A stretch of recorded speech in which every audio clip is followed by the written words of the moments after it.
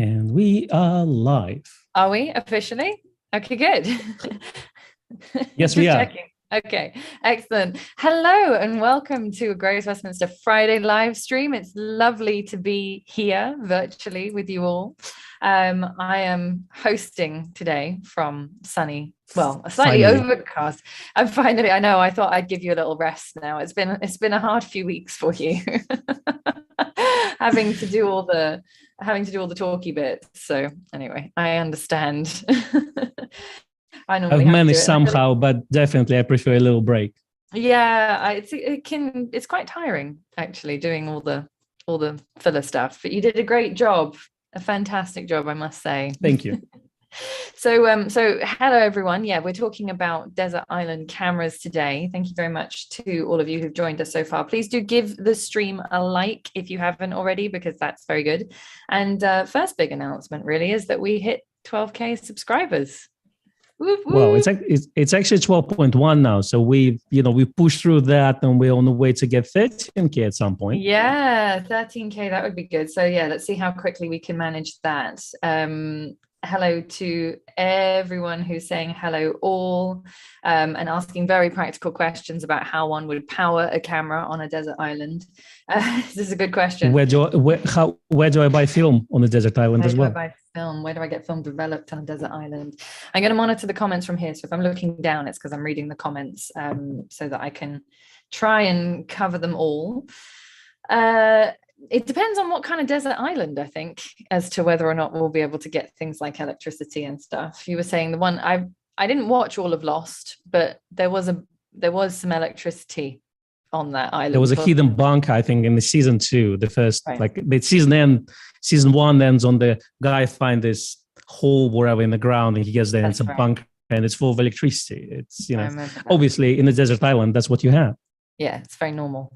Don't forget, we do have the coffee fund open. It's quite bright and early for me today, so definitely in need of some caffeine injection. And been resting, Becky, forgetting the important things. Yeah, exactly. The coffee fund is super important. Absolutely. I haven't had, to be completely honest, the best coffee since I've been over here. I miss my Gale's oat milk flat white. In a big way. You forgot word skinny in it as well.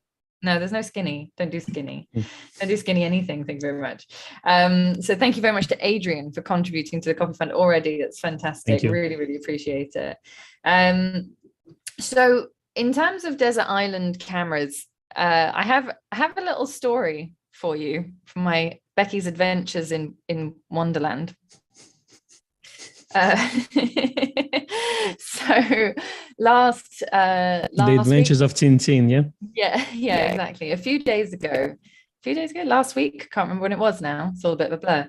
I got to go kayaking, and I went kayaking in open sea out to a desert island, which sort of prompted this theme a little bit. It made me think, well, this is really interesting. Now I had a huge backpack. I had my normal backpack filled with my equipment in it, because I didn't want to go to a desert island and not take anything camera related with me. I didn't leave a lens behind. I brought everything. But I did think, while I was out in open sea kayaking and there were big waves coming, and sometimes, like a big jet, they have these massive yachts which are jet powered over here.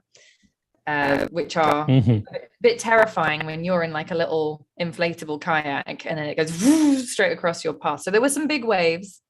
My feet got very wet. And I did think to myself, if this kayak flips or sinks or anything, I've got all of my cameras on my back. What am I going to do? You see, the kayaks tend to do this. They go like this, and then they go whoop, yeah, and then you're upside down. So here you go. I was like, I didn't have a life jacket for my backpack, unfortunately, and I thought, anyway, it was fine. Managed to make it there and back unscathed. It took us about double the time to get there, because we were actually rowing against the wind, but made it first to the island. My bestest friend Sophia, she's like practically an Olympic kayaker. She's very sporty, so she led the team, and we made it there first. Not that we were competing or anything. and so I went 2 hours later, Becky arrived to the shore. I know, it was quite a challenge. Good workout. And so I took with me my Z6 with my 24-7 TF4, my 50mm macro, and then I also brought my L35 AF, and I shot pretty much most of a roll while I was there, finding different things to photograph. So more on the L35 AF later. In the meantime, I have to say thank you to Fred, who says have a pina colada. Jean, thank you. Jeff, Double Click, all of you for your contributions to the Coffee Fund. Double Click says, how do you view your JPEGs on the desert island? It's a good question. On my iPad. yeah, exactly. Just transfer them over using SnapBridge. Actually, I want to say thank you to everyone who also some coffee funds last week. I know that some was saying thank you in the chat, but just in case if you didn't hear them, thank you so much for last week's coffee funds as well. Excellent. I had a little bit of signal cut out there, but I don't know if it was my end or yours. And I'm really hoping that the Wi-Fi is going to behave this morning and that Zoom's going to cooperate and all the rest of it. John Hughes, hello John. It's got has actually a question about CF Express card readers, which is not related to our desert island conundrum, but he does say any CF Express card readers that work with Apple and any CF Express cards. I personally have been using the Delcam Black CF Express reader and card. Yep. With no problems. That one. Yeah, this one takes SD cards. The one that we have is just for CF Express, and it's USB-C to USB-C only. So really, really fast, huge file transfer. So let's say, the podcast we record is like 60 gig of, of 40-minute footage. It transfers in less than a minute. Yeah, exactly. So that's the one I would say, John, that at least we can recommend from personal experience. Right. So in terms of suggestions of things to take, Baxter says desert island film camera. I already have it. Hasselblad 553 ELX. I don't know that one. Don't know that model. 553 ELX. Okay, it could be one kind of the classic one. The 553 is probably a variation on that, but I'm just going to quickly Google it. Okay. Said I would want to upgrade to an H6D. Or in the land of fantasy, a 6x6 digital back. Very nice indeed. There is a bit of a conundrum with a desert island. You have to make sure you bring the right film stock with you. Very low ISO or ASA film stock. And also, where are you going to store it? Because it's going to be really hot. How are you going to develop it? Yeah, what's going to happen? Yes, I normally bring my archive sleeves for all my film when I travel to desert island, but you never know. I think if you're going to have an assumption that desert island is all inclusive, including electricity, water, chemicals, shops, then that would work really well either with film or digital. Yes, it's true. I mean, otherwise, the problem with film is that you either need a fully manual camera that doesn't need batteries once the batteries run out, or you need I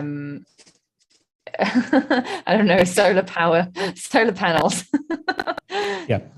But actually, the good thing with new cameras is that you have USB-C connection. So you can charge the battery inside the camera. Now, you can now get the power banks that have the battery to collect the solar power. So technically, with this setup, if you're on a tropical island, you should be fine. I don't know how long it will take for the one battery bank, let's say, to get charged to charge a full battery, but you never know. Maybe it's going to take a week, and then you're going to have a battery for a week or something like this.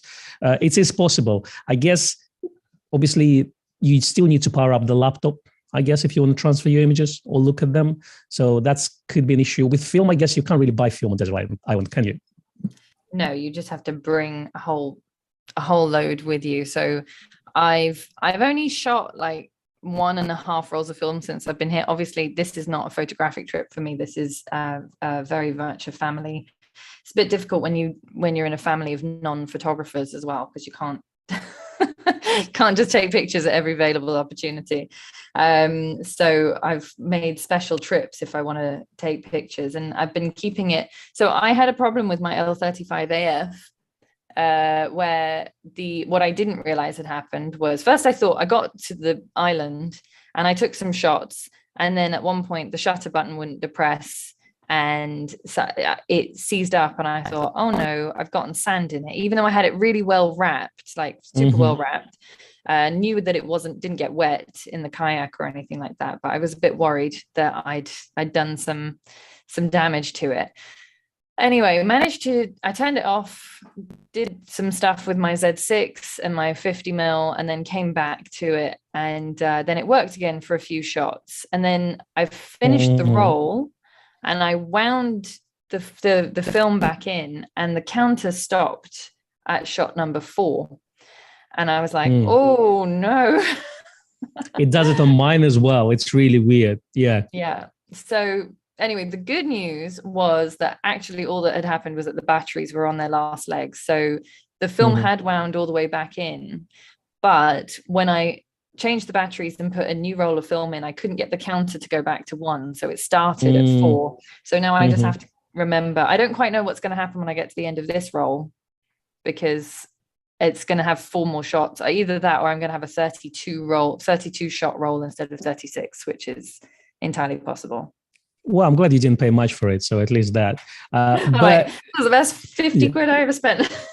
Exactly, but there is a solution for L35 AF camera and the sand and water. It's called L35 AW, which was the same camera, right, and effectively in underwater housing. So you could potentially buy one of those. It's true. I did actually look for one of those when I was looking for L35 AFs. I thought that would be a good holiday camera to take, because I usually end up somewhere where there's sand. So it's definitely, sand is an enemy to any kind of film equipment. So you have to just be so careful, wrap your equipment really, really well. Also salty air, because, you come back from a beach or something and you're covered in this kind of layer of almost like stickiness from the salt in the air.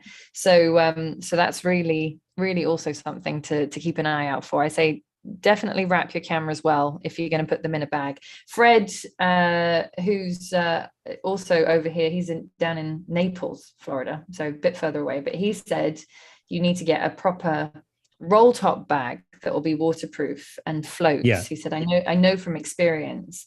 Apparently there's a brand called Sea to Summit, and he uses the 20-liter lightweight, which is a good idea. Yeah, I didn't think it through, but to be honest, I didn't know I was going to be going kayaking. Otherwise, I would have brought a water to a desert island. Yeah, I know, it was it was fun. It was a good trip, but yeah, if I'd been a bit more prepared, I would have definitely taken a floating waterproof backpack. Well, that's true, because also, you mentioned salty air. The salty water effectively destroys your camera even after everything's been dry. So if you had, if you've been unlucky to, let's say, dunk your camera into salty water, it's pretty much write off, even if it seems to be working. So because effectively once it gets to inside the camera, it will just eat it up and the camera will fail eventually. That's why normally the workshops, when they deal with the cameras like this, if it's been in salty water, they say that there's no point of fixing it, because they can fix it and then a week later something else can happen to the camera. Exactly. It's the corrosive properties of salt water that do it. So you will end up with a bit of corrosion. For a few of you who are saying, the sound is breaking up a little bit. Yeah, it is just because signal on both ends is, not as perfect as it could be. And I have an issue where if there's lots of people on the internet at this time of day, then it breaks up. So I don't know if it's actually Con's end or my end, but just if there's anything you didn't hear, just ask us to repeat it, and we will. That won't be a problem. Yeah. Well, Roy says that I'm using the auto tune, so it's I guess it's just me and Cher then, only us, no one else. Exactly. Paul said, surely Polaroid is the best camera for a desert island. Actually, because it would develop itself. That's actually a really good point. That's true. So when you basically escape in the sinking ship on your escape raft, you basically need to just get like 50 packs of Polaroid with you, and you should be fine. Yeah, just hoard all those little cassettes. Absolutely. Whereas Anthony said you could develop people out of the raft. Just get the the packs with you. That's it. Anthony said develop film in caffeinol. So yes, you could, as long as you've got a good supply of coffee, you could develop your film in that. Yeah. And you're always going to fill your lifeboat with coffee, aren't you, Con? That's true. That's true. The Polaroid packs and coffee. Yeah. I have to say thank you to Peter for your contribution to the coffee fund, who said, enjoy your last coffees on the other side of the pond. I will definitely try, Peter. It's quite difficult. I make my own coffee better than I've bought anywhere so far. Do you grind yourself? You got a hand grinder? No, I had to buy, I bought Pete's Coffee, actually, which I think, if I'm not mistaken, is one of the coffee brands that Austin sent me from all the way over there. I think it was Austin who sent us Pete's Coffee, or it might have been Dixon. Anyway, we got that big bag of Pete's Coffee. I had bought some over here while I was here, and that so far has been better than anything else I found. Thank you also to Deborah for your contribution to the Coffee Fund, and to Randall, who says, I would have a solar powered battery that can recharge your devices while you're enjoying the scenery on this island. Now, if you could get a solar powered power bank, this is actually something that's really interesting. Maybe we should do a Kickstarter if it doesn't exist already. A solar powered. No, they do exist. They do exist. They do exist, yeah. And that's the best way. And as you say, as long as you have, you can get those big ones that have the proper sockets where you can plug the proper plug, let's say UK or US plug into that.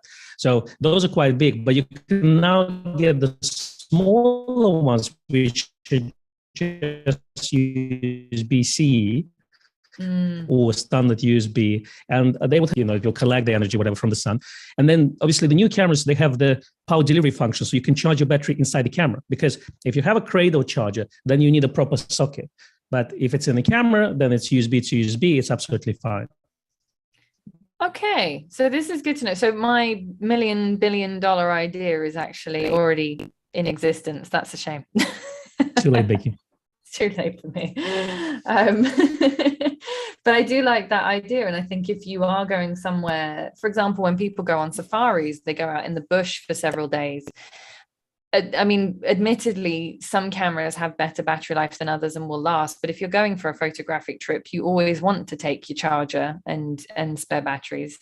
So having something that's like a solar powered charger sounds like a really great idea. I have no idea how much things like that cost, of course, but it sounds like a good idea in theory. Yeah, the big ones with the power sockets, they're a little bit more expensive, but the cheap ones, 50 quid, I think you can get a basic one. Yeah, exactly. Paul said the L35 AWAF, as we were talking about, instruction manual says to run it under a tap after a day at the beach. And I know I've missed a couple of comments, but someone was saying, take the Nikon RS, or the little, do you remember the Nikon 1 AW1, which was that little underwater all-weather camera? So there are a few alternatives out there. I remember Mike Eleftheriadis a few years back said he couldn't believe Nikon had brought out this tiny Coolpix, which was an underwater Coolpix. And it was about 16 megapixels. It was quite modest, but he said as a holiday camera, actually, because it could go in the pool, it could go in the sea, could go on the beach, no problems. That would be a great underwater camera. Obviously, the files aren't too large, so you could shove in a 128 gig memory card, and you'd probably get thousands of shots, enough to last you until the rescue helicopters turn up. That's true. I think a lot of those point and shoot, the tough point and shoot segment has been replaced by action cameras nowadays, like GoPros of the world. So in terms of this, well, they're not actually doing the same thing because obviously one is recording mostly video and it's super wide angle, and another one is more of a camera. But generally, because people use it underwater and just for action type of things, it seems like, people switch to GoPros over those point and shoots. Yeah, although I don't necessarily, unless you get one of the more expensive GoPros, the quality isn't fantastic on those. It's not great. Sense is small. I agree. My husband went away quite a few years back now, and he took a GoPro with him and went snorkeling and stuff like that. And I mean, the quality was fine for, you know, an Instagram story, but it wasn't, you know, you wouldn't create a video out of that. So that's kind of interesting.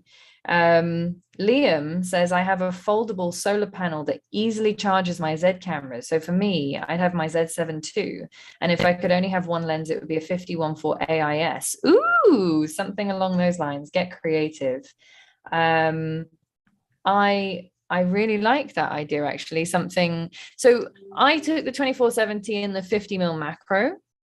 And I did find, so the 24-70 was good for some things.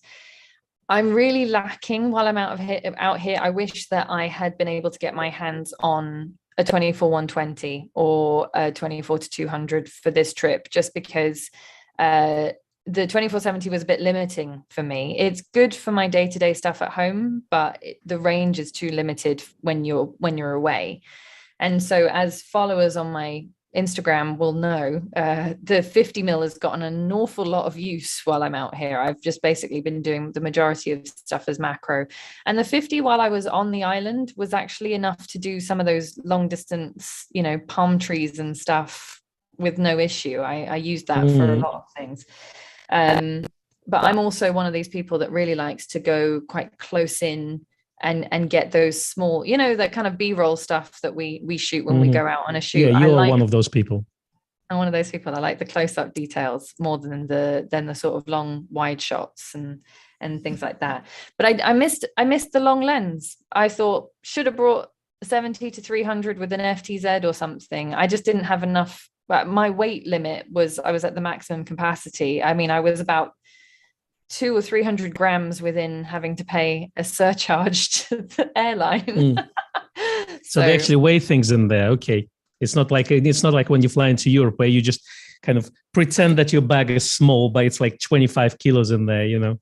Yeah. I'll tell you something that hopefully they'll never find out. I wore about 6 layers while I was on the plane to make sure that I could fit all my clothes in.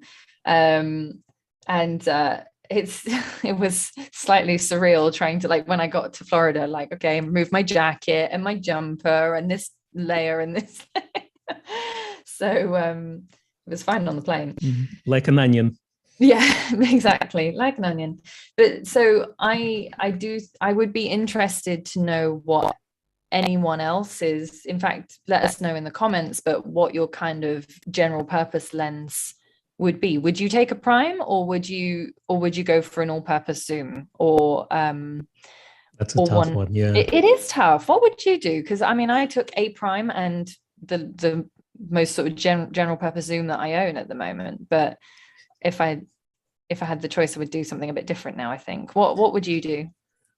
Well, you saw me getting 24-200 very recently, so I think as a good all-rounder, that would be a perfect lens for the trip, just because you're going to cover most of it. But I would still keep a prime lens with me as a second option, something small. And I'm seriously thinking now, something like 28 or 40 mil, because they're so small, you can have it in your pocket and you won't really feel the weight or the size of it. So I think as a combination like this, it would be a good option. Or for some people who like portraiture, maybe get 50 or 85, 50 you can use a bit, for something else as well if you want to. So, get something that would give you shallow depth field, and then get a zoom that cover the rest of it. And obviously when you're traveling a lot, and especially if it's somewhere outdoors, it's generally a landscape setting. Therefore, you don't really need a wide aperture per se. But for, let's say, either portraiture or low light shots, that's where you want to go something like 2.8 or maybe 1.8 if you want to. So for me, yeah, I would probably like I'm thinking now, I'm going. So I'm going to get Z6 with me, 24-200. And I don't have 40 mil. I don't have 28. I do want to get them, but I have 50. So I might get 51.8 with me as a second lens and be done with it. And then I'm going to have my Mir 7 for special shots. So, again, remember when we talked about, smuggling film into the airplane, going through the X-ray machine. So I'm gonna see all that. I'm gonna be the guy who is gonna say, excuse me, can I have a hand inspection of my film, please? And they're going to look at me and judge me, So yeah, I'm going to go through that probably. But yeah, I think if you would have to get one lens, it's a tough one, because some people would say prime, some people would say zoom. Probably most of the people would say zoom because it just makes sense. But prime lenses are fantastic. If you're just shooting 35 primarily, then just get 35 and it does everything else. But as you say, when you're on holiday, you miss zoom sometimes, because maybe it's a pretty bird, or maybe there's a pole with a monument on top or something like this, and you want to zoom in, you want to get those details in, and that's where, let's say, 35 may not give you. So in terms of this, I would say, I don't know, can we do a poll through the chat somehow, like which lens would you get, zoom or prime? Yeah. Okay. Well, I'm going to ask Sam to organize the poll in the chat. So, guys, if you can, and girls, if you can just give us an opinion. Is it if you have to choose one lens to judge that out, is it prime or zoom? Do let us know. What do you think, Bex? What would be your choice? I mean, I personally am a massive prime lover, but I do kind of think to myself, I should take a lens which is most likely to get the majority of the shots that I want. And the problem with primes is that they're just not flexible enough. If you're in a situation, like if you're on a kayak in the middle of the sea and you want to take a picture of a bird or a boat, it doesn't have to be a kayak particularly. If you want to see if it's a shark or if it's a dolphin coming for you, 100 meters away, I think zoom would do better, right? Exactly. It's one thing that I haven't been able to photograph. The dolphins here are incredibly friendly, but they don't come close enough for you to get decent pictures of them. So, which is a shame. I'd love to have. I was thinking to myself, gosh, if I could have gotten my hands on a 100 to 400 and then just like somehow carried it on my person on the plane, put it in my jacket pocket, because that for me was definitely. Would have been a needed while here. But as I say, I didn't have that much opportunity to take pictures. So I suppose it's a bit of a moot point at this stage. But I think zoom, if you get a good zoom and it's got a decent enough range, I noticed that that some people, I'm trying to hide the poll, but my screen is not big enough to do that. There we go. Like Albert said he would take a Z7 II with a 51.2, which is pretty cool. Matt says the 70 to 300 AFP works well with the ZFC. That's the one that I wished I'd brought, is the 70 to 300, the FTZ, because I actually really like that lens. Joseph said just one lens, 24 to 72.8. Andy said still using the D200 with an 18 to 200, which has served me well all around the world. That's a great combo, actually. I've used that for many years. He also has his 55 macro as a close-up lens, and the beauty of the 55 AIS is that it's about this big, so it doesn't add much weight to your camera kit at all. That's true. Poor prime lens users, because 79% of people in the chat do prefer to get a zoom lens with them on the desert island. I would say, yeah, I mean, I'm a prime user as well, but when you have to be practical and you apply logic to this, then yes, if you go and you need one lens, zoom lens makes sense. If you can choose, of course, you can get a prime, and if you get access to zoom, then it would be wonderful, but it's 80% now. So in the world is not fair. So therefore, yes, let's be more practical. I agree. Being a bit more practical. Anthony said 50 mil AI Pancake, the small one. It's actually an AIS, but yeah, that one, Pancake, is if he had to travel light and fast. Baxter said F801 with a 50 mil prime. That's it. One body, one lens, and my imagination, which I like. But see, that's the difficulty, because when you go for like, if you start to think about electricity, yeah. So if 801 obviously takes battery, you probably want to get a proper manual camera, isn't it? So you may want to get, well, I would say you can get FM2 with a light meter, and hopefully that little battery inside lasts for a couple of years, which they normally do. So that's at least 2 years covered. But then you won't have a flexibility if you're there for 5 years. Yes, and you already have a house and a family there, then you may want to get a fully manual camera that will function without batteries in them. Where you go all Swiss Family Robinson and you build a tree house in the on the desert island. Yes, once you are the king of the pack, you want to make sure that you have a camera to take some pictures of your mates. But not only will you not have batteries, you also will have no way to develop all that film. You should have to have stocked up on your film before you arrived. Get a subscription where something like from Analog Wonderland, when they send you a package once a month with some film inside, it's just going to be a little parachute, hovering like down to the island, with film. Get the Wonder Box delivered, like in Fortnite and Call of Duty, where they just parachutes down the care packages. Exactly, and you're going to pay with e-bucks. Who needs the real money anyway? Randall said, just bring all your gear and buy your clothes when you get to the destination. I think that's actually a really good idea.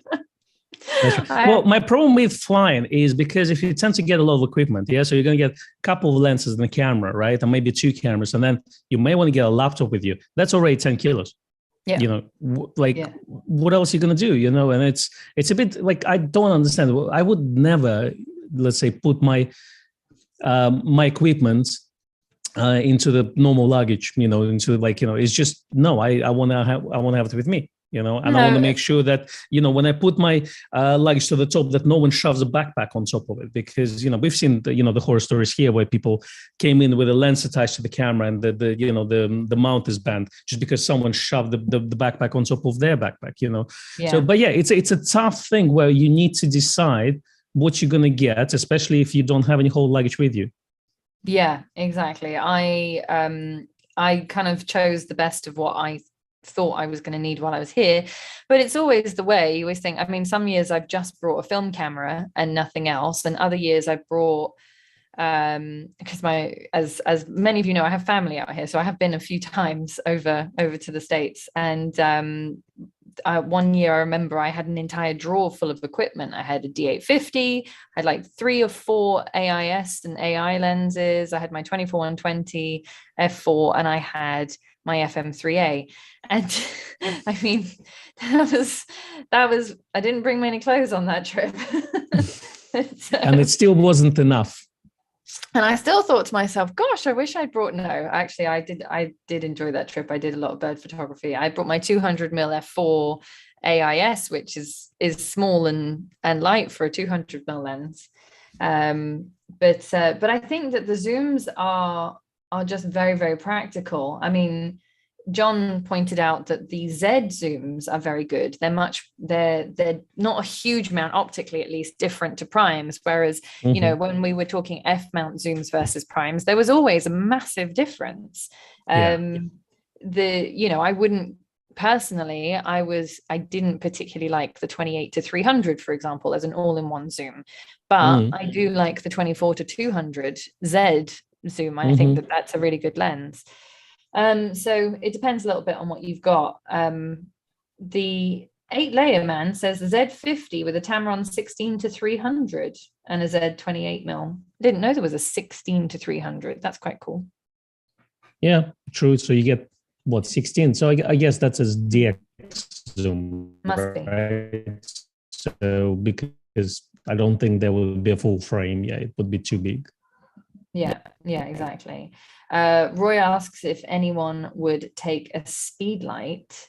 I think on a desert island, you're pretty good for light. Unless you're at night. Unless it's nighttime and you want to scare away the lizards and the possums. I don't know what else would be on a desert island, and the monkeys. Depends on what kind of desert island. On the little one that we went to, there was literally just lizards. That was the only wildlife on there, and I don't know how they got there. But if you're on a tropical island, you could have some potentially alligators or something like this, or you can have some predators, I don't know, some wolf pack or, whatever is in the jungles, some tigers and things like this, so you kind of, I think I wouldn't worry about my equipment if I would be somewhere like this, I think I would probably think about safety first. I think it's a good idea. So speed light, don't know. I don't know if I would take a speed light personally. Matthew says I would go 70 to 200, 2.8 and 2 times teleconverter. So no landscapes, at least like really super wide landscapes for him. Let's have a look. And then Alex said the Z9 and the 500 PF, which is a fabulous lens, and obviously is a really nice camera as well. I would rather like to have had a Z9 with me if there was one available. True, and it's reasonably sized as well. It's not a massive bazooka. It's a fairly small for this type of the lens. Yeah, exactly. Roy said crocodiles as opposed to. I don't know about crocodiles. Yeah, we've discussed this before, and I still don't remember the difference. I remember Samantha explained it really well last time. Yes, whatever the difference is, we don't have crocodiles over here. We have alligators, and they don't go in salt water, I've been told, unless they're absolutely desperate. That's what I was reassured anyway, when I was like, what is that splashing over there? Oh, it's not an alligator, I assure you. I think everyone should be wary of, be aware of jellyfish, because that thing stings. Oh gosh, yes, absolutely. Roy said he'd take the 51.2 and the 70 to 200. And Jerry suggested that you fly business class so you can just take more luggage, basically. That's true, because then, especially when the plane crashes, the first class comes out first anyway, isn't it? So, yeah, that's true. So. Everyone else has to wait. Yeah. No, don't talk about planes crashing when I'm going to get on a plane shortly. Well, I'm flying tomorrow, actually. Yeah, that's true. Oh, yeah. Gosh, you're flying tomorrow. Oh, my goodness. Yeah. So Con's leaving us for a week, and I keep forgetting how soon that is. I had enough. Worked hard enough for these last few weeks while I've been away, and is going to get away and do some photography and get some fresh air. Yeah, well, what I decided with the current state of events, I just took massive loans everywhere, and I'm just going to go travel. I don't need to repay it anyway, with things what's happening right now. So, just enjoy the life until it lasts, It's very dark humor. Well, I hope that you do come back and that you have a great week away. It's a week. Yeah, they'll deport me. Yeah, it's a week. Yeah, they'll deport me eventually. They'll be like, get out of here. And then David, that's Dixon, said a Nikon 5 is actually a good option, I guess, because you could bring the lenses are not too big. The primary lens on that is a 35, isn't it? And then there's remind me the focusing of Nikon 5 on the surface. Yes. Oh, yes. Nikon 5 is fine on the surface. The one that doesn't focus on the surface is the RS, because it's an autofocus camera, and it only autofocuses correctly underwater. Yeah, the only thing is obviously is getting the good one, because obviously, but if you're buying something like this secondhand, you're not sure if the seals are okay. But I guess if if you're not using it underwater, it should be fine. Yeah, exactly. I like Eric Cremone 78. He said my desert island setup is Natalie Portman, Jennifer Lawrence, Zoe Deschanel, and then who cares about the camera? Fair enough. I support this message. Yeah. Thank you to Keith for your contribution to the coffee fund as well. And I hope I didn't miss anyone, but I'm going to just go back. Oh, and Michael, there we go. Michael said, who wants to go to a desert island anyway? Because there's no coffee. So thank you very much, Michael. It's a good point. Well, if it's a desert island somewhere in South America, who knows? You may have some sort of coffee field eventually. You just need to figure out how to grow it, and that's it. But for us, coffee aficionados, I've read a few things about processing, or wet processing, dry processing, or half and half processing. So I think I can figure it out. All you need is a bit of fire and some skillet or something. I think if anyone's going to survive a retreat with access to coffee beans but no other coffees, it will be you, because you've got it kind of all sussed, which is good. So as long as I'm with you, it will be okay. You're gonna have coffee. Yeah, we just need to figure out how to start the fire. I've tried to do that. That doesn't really work very well. Light is much better. Lighter is much better. You never did scouts or cubs or anything like that? No. Oh, I think I was the first year I went to school, we have a different thing. You go around 7, we don't have the preschool thing here.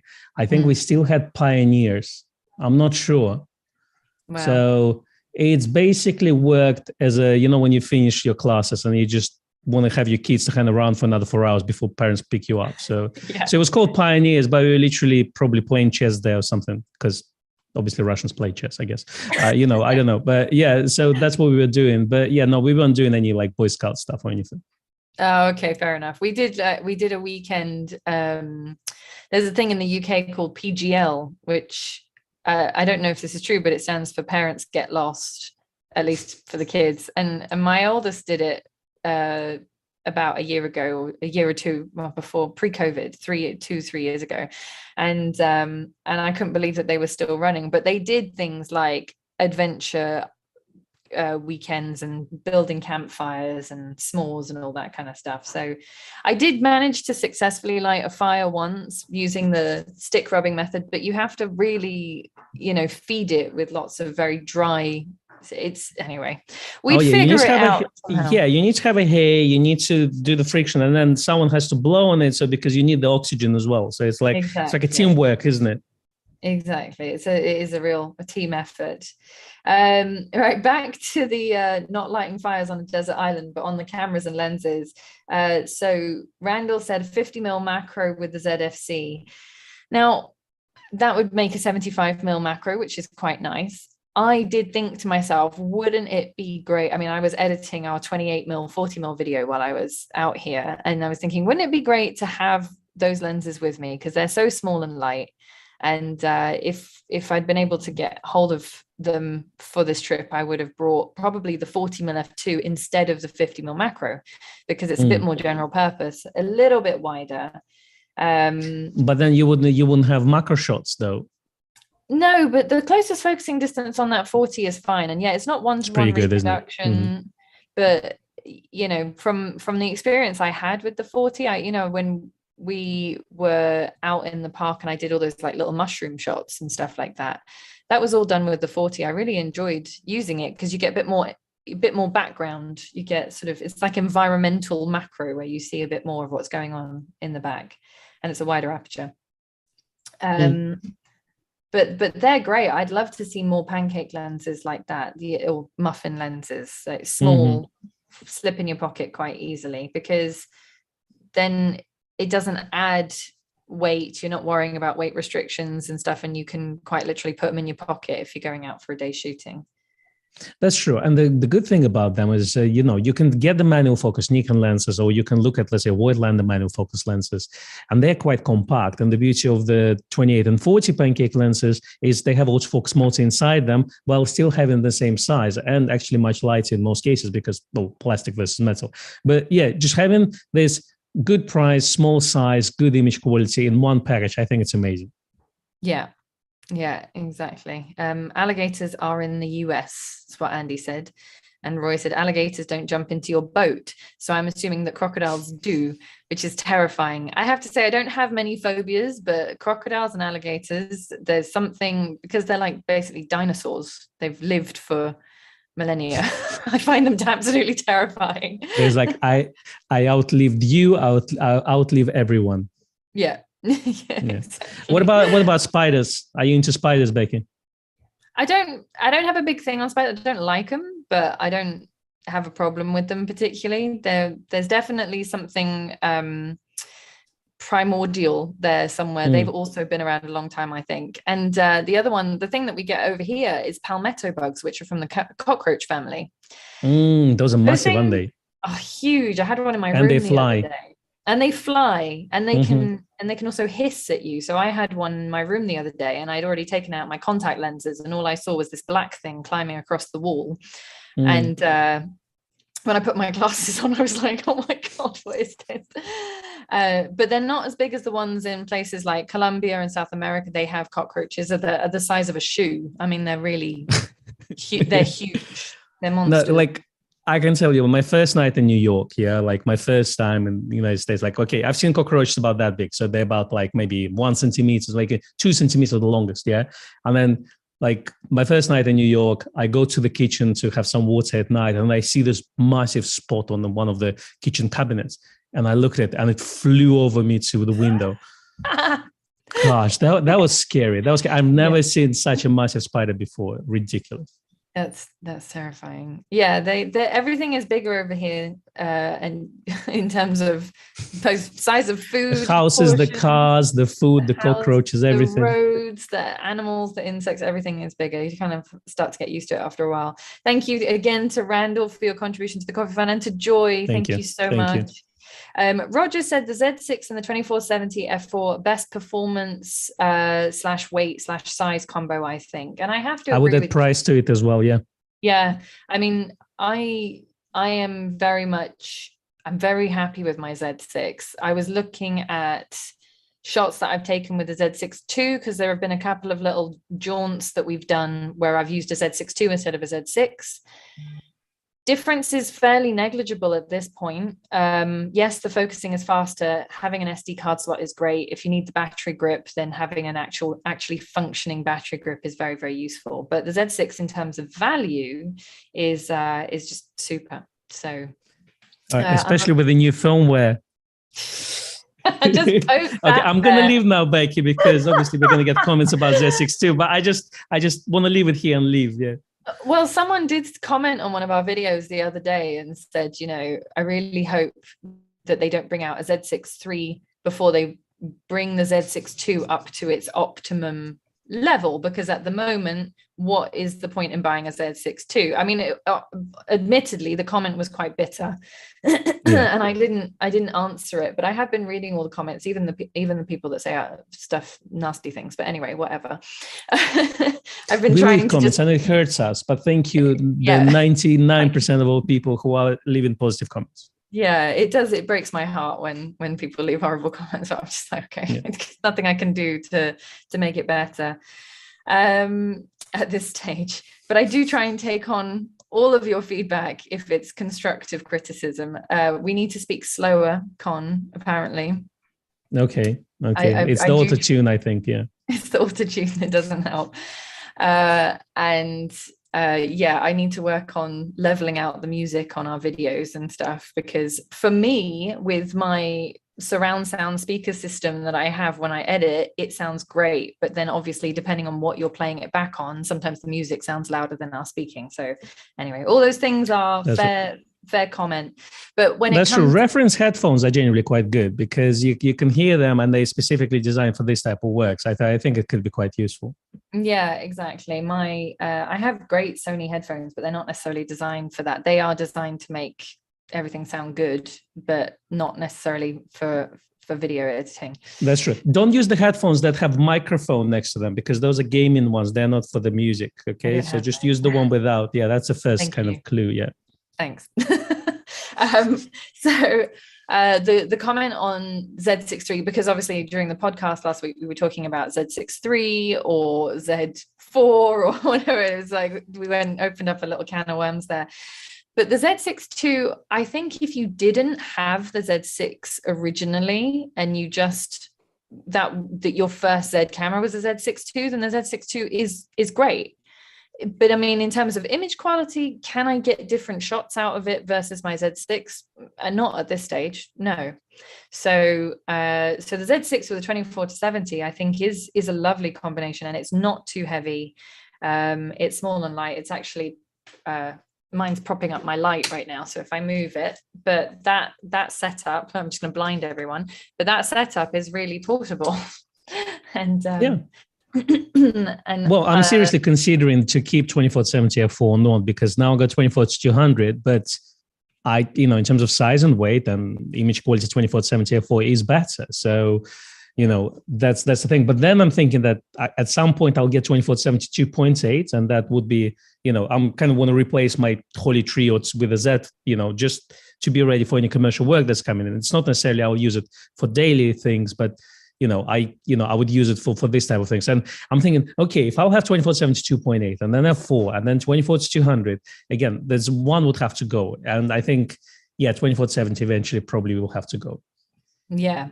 I think if I get my hands on a 24-120 f4, because it's actually not very heavy, it's not much heavier than the 24-70 f4, I'll end up having basically a mirror of the system that I had when I had my DSLRs.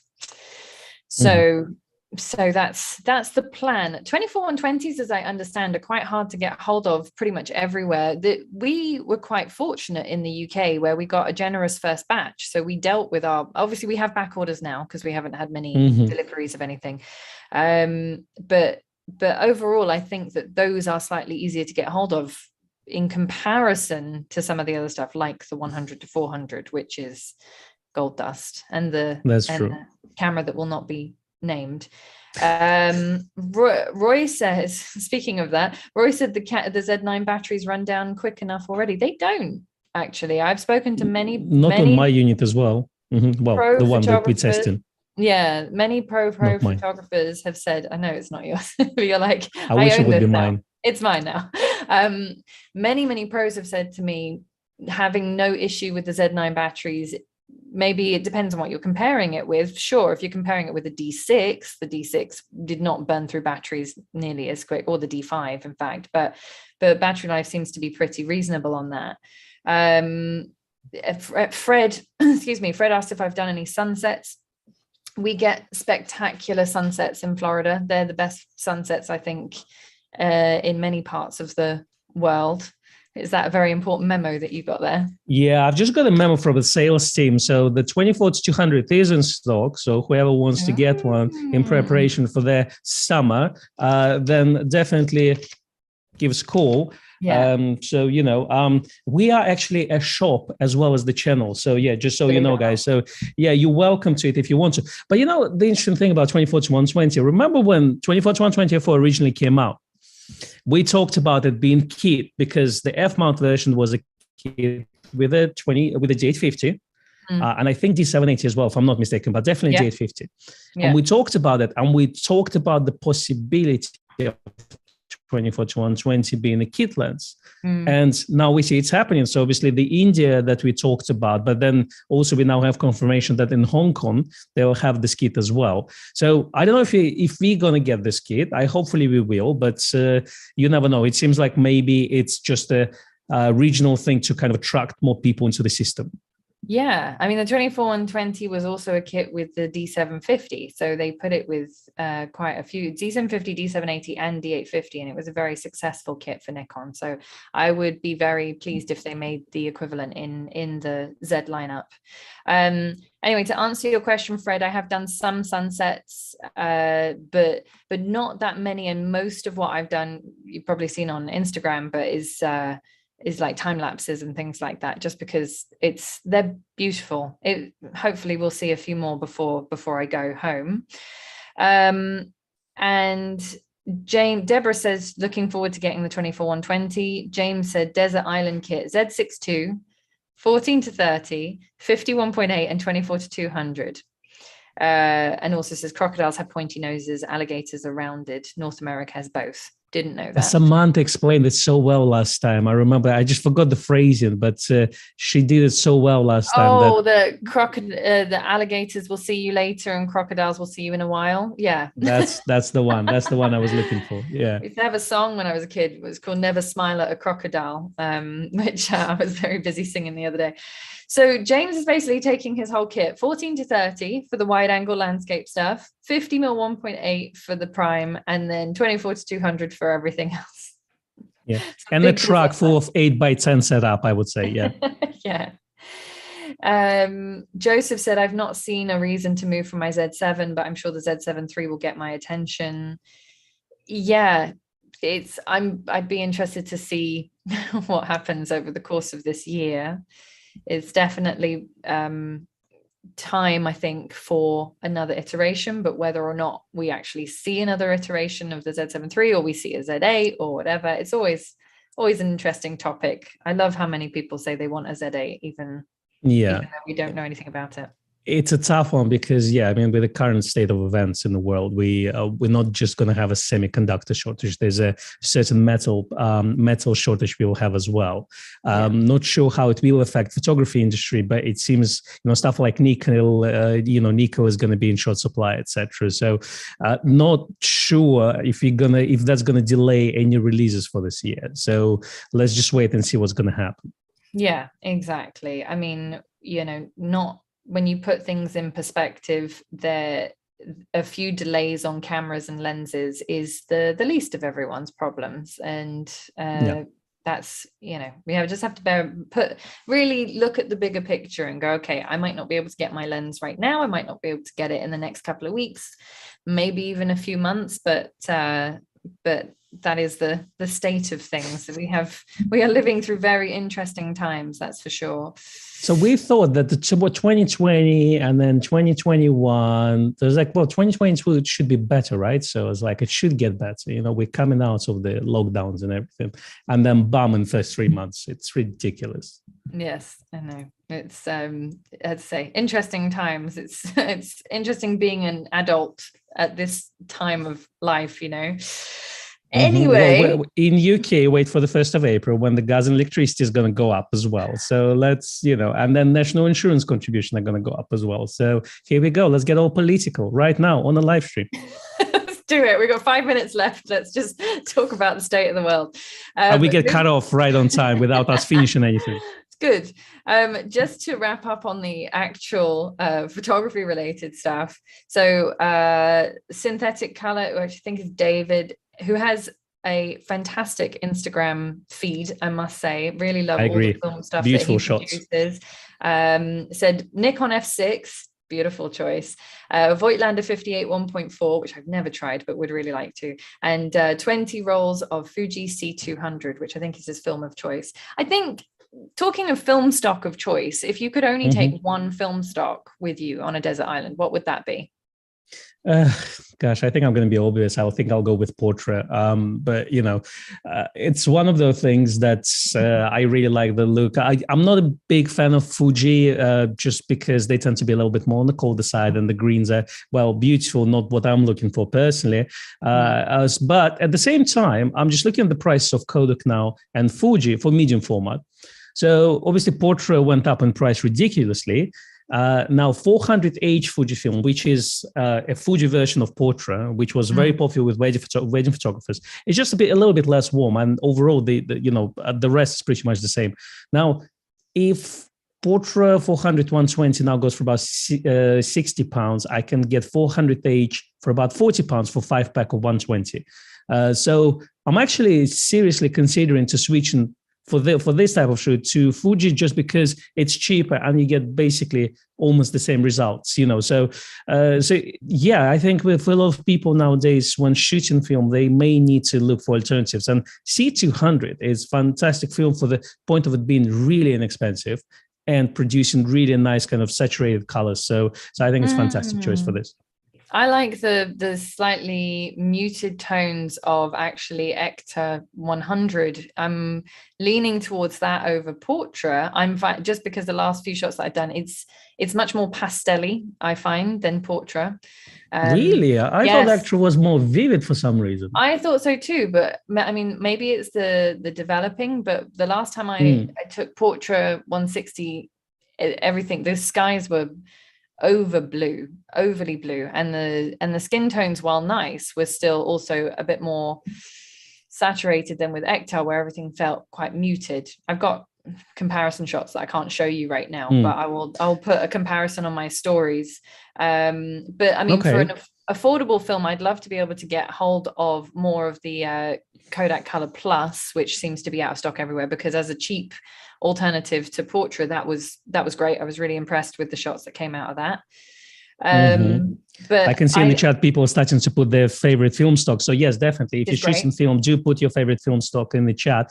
I will shoot Ecta 100 on my holiday, so I'll get a 5-pack of this with me. I might get portrait 160 as well, and I might get portrait 800 as well, because where I'm going to go is going to be sunny. So the problem is, a lot of people put 100, like Pro Image 100 or Ecta 100. Those are good films, but if you're in the UK, you're pretty much out of luck most of the time. So in terms of this, exactly, yeah. So 400 or 800 film, or even like 800 probably would be the best choice, especially in winter time. I mean, it's raining now outside, but we've been having quite pleasant days. I think it's about 16 degrees right now, which is nice. So we got first kind of days of spring now. Practically tropical for England. But also, I find it interesting that both you and I picked color films for understandable reasons. But then, you know, a couple of people said like Kodak T Max, because if I have to process it myself, then I can do that, which is fair enough. Sam said Kodak Portra 400, so maybe he'll be he's a big fan. He might pull it a bit if he's on a desert island. Terry said Kodachrome 64, so never getting that developed. Dixon said Pro Image 100. Paul said Ilford Delta 100. Yeah, Pro Image 100 is great. You know, with the countries with lots of light. That's the thing. So if you let's say in Americas, you know, I think it's a great choice of film. In UK, it's just, you know, you really need to have a good day to shoot 100 film in here. I have one pack on order, but I've ordered it about 4 months ago and it's still out of stock. So I'm still waiting for it to arrive. Yeah, unfortunately, that seems to be the way of things. Before we sign off, first of all, please do give the stream a like if you haven't already. It really does help the channel. It helps the stream, even if we're about to leave. It just tells YouTube that, you know, we're talking about stuff that people want to hear about. Andy said a little tip is to pack the monopod, meaning in your hold luggage, because some gate security agents don't know what it is and it looks like a gun. He had an experience in Belgium where it took 10 minutes to explain that his monopod was not a gun. So if you want to avoid that, then yeah, I was wondering if they were like we're looking for a trigger and a bullet, and you know, I don't know, like how, like it's a stick, I guess, you know, it's not a gun really, is it? Yeah, I know, it's bizarre, but I've had similar things with other things where they haven't understood what it was, you know, like light meter or whatever, and they're like, I don't know what this is. So hand coffee grinder, I can tell you that. That's really puzzles them. Looks like a grenade. Anyway, we are going to sign off now because it is 2:16 over there. It's 10:16 over here, and we've chatted for an hour. It's been lovely to chat to everyone. Did you have something to say? Don't forget that we are taking a break for next week. So shall we call it a spring break without all the party? Yeah, we're going on a spring break for the week just because I won't be. I'm flying to Cancun next week. That's it. For spring break. Exactly. So we will try and polish off a few more videos and get those edited so that those go out next week. So you won't be completely lacking Becky and content. But otherwise, have a great week off, won't you? Yeah, absolutely. Thank you very much. Yeah, we'll see everyone in 2 weeks. Absolutely. Thank you, everyone. Have a lovely weekend. We'll see you soon. Thanks for watching. Bye-bye. Bye. You have to do the thing because I can't do it. Yep.